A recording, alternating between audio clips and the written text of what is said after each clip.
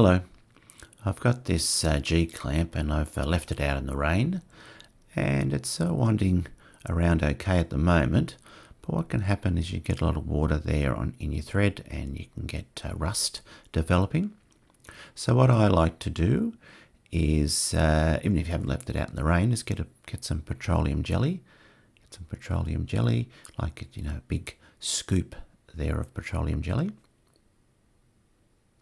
Yes, a big scoop of petroleum jelly like that, and then smear it on the thread. Smear it on the thread like that, and that'll expel any water that's on the thread.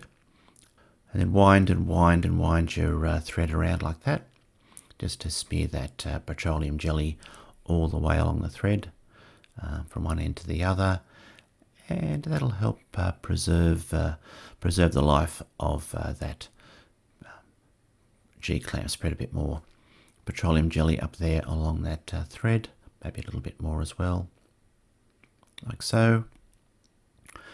And then spin the thread around again, wind it round and round again, and that make sure that every bit of thread is coated in petroleum jelly to expel the water, prevent rust, and hopefully extend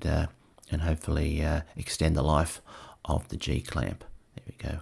Wipe it around again, any excess stuff like so, and do that a couple of times, and that'll give you a nice sort of petroleum jelly coating right across the thread of your G-clamp. Yep, okay, and then once you're finished, it's always good to get a bit of an old rag or something like that. Wipe up any of the excess petroleum jelly of the G-clamp, like so. And that's a good way to preserve the life of your G-clamp. Okay, well, I hope you've enjoyed the video. Thanks for watching, and goodbye for now.